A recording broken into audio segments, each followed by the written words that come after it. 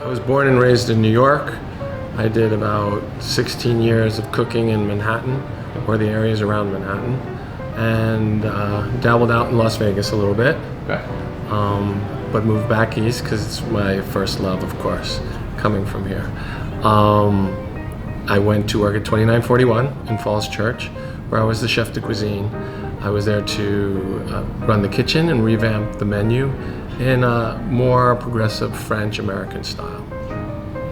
After that, I opened my own restaurant called Inox, which was a very successful restaurant in the area, and we had a great run while I was there. After Inox, I joined Michelle Richard over at the Ritz in Tyson's Corner to collaborate on a restaurant there.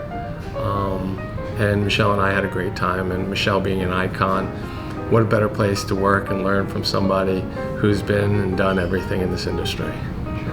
After that, I took my first step out of French and progressive American food into a steakhouse down in DC called BLT. My first taste of steakhouse, and I sort of got the bug, and I really enjoyed it. During my tenure there, I got a call from a local professional football team to come take over their kitchen, and I was with the Washington Redskins for almost 5.5 years. I was blessed and fortunate to have both great mentors in my kitchen. I got to cook with both of them, and we believed in a lot of scratch cooking in our house. So we would go to the farms and pick berries and pick vegetables and canned vegetables and buy sides of meat and store them in our box freezer for the winter and things like that. And when grandfather went hunting, he would get the deer and we would store those things away. So in our basement, we'd have pickle jars of everything down there and frozen vegetables and things. So I learned from an early age to go to farms and pick vegetables, clean vegetables, and it was something I really enjoyed. And then just watching and tasting the difference of grandma's strawberry rhubarb jam versus the one you might pick up at the store. It's like night and day, and preserves, exactly.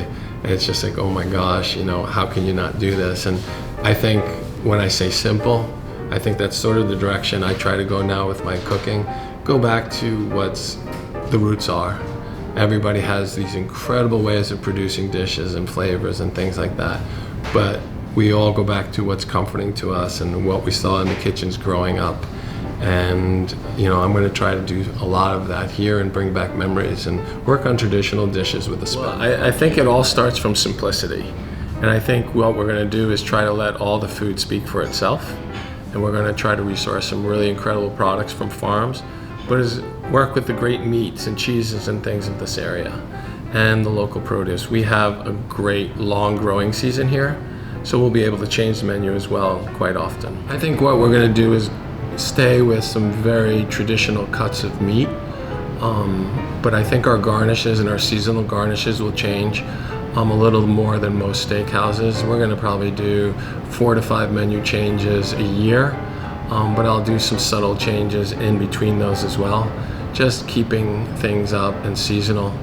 When ramps run out of season or morels, we'll switch to chanterelles, and when summer squashes or heirloom tomatoes are at their peak, we'll jump on those, and as they run down, we'll work into some fall vegetables and things of that nature.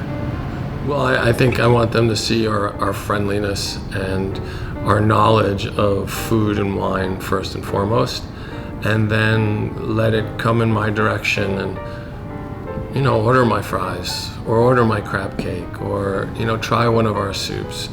I think you're going to be very happy with the way we put the dishes out, the look, the aesthetics of each dish, but also just the incredible flavor balance and